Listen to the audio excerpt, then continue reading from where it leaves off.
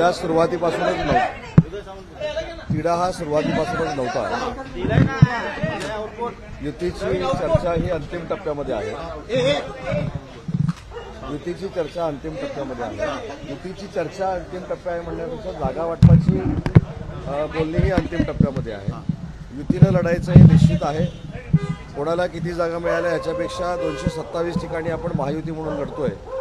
आणि आपल्याला माहिती आहे की स्वतःच्या अस्तित्वासाठी काही लोकांनी काय आघाड्या केल्या असतील, युत्या केल्या असतील आणि ते पुढे जात असतील तर त्याचा कुठचाही फरक हा आमच्या युतीवर पडणार नाही.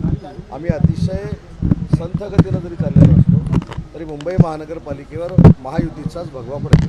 अर्ज भरायला फक्त 3 दिवस आहेत.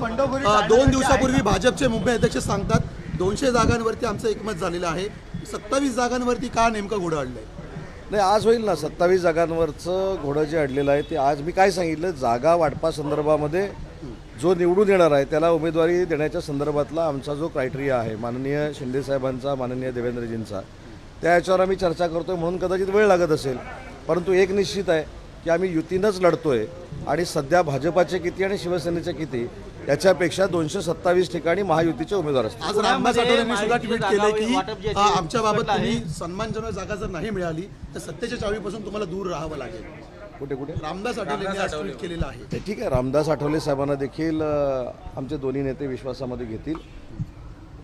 सगळ्यात महत्त्वाचा भाग काय की मुंबई महानगरपालिकेवर सत्ता कोणाची असणार आहे, कोण येणार आहे, तर याचं उत्तर महायुती असं असणार. पुण्यामध्ये भाजपसोबत सन्मानजनक जागा मिळत नाही पुण्यामध्ये, त्यामुळे शिवसेना अजित पवार यांच्या राष्ट्रवादीसोबत चर्चा करते पुण्यामध्ये.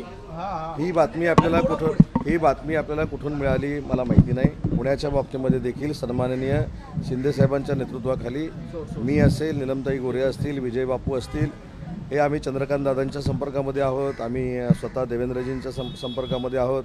पिंपरी चिंचवडसाठी आमचे आप्पासाहेब बारणे हे भाजपाच्या सगळ्या पदाधिकाऱ्यांबरोबर शंकर जगताप आणि महेश लांडगेंबरोबर चर्चा करत आहेत. त्याच्यामुळे मला असं वाटतं की तुम्हाला जे आता कळलेलं आहे हे कुणीतरी सोडलेली पुडी आहे. धन्यवाद.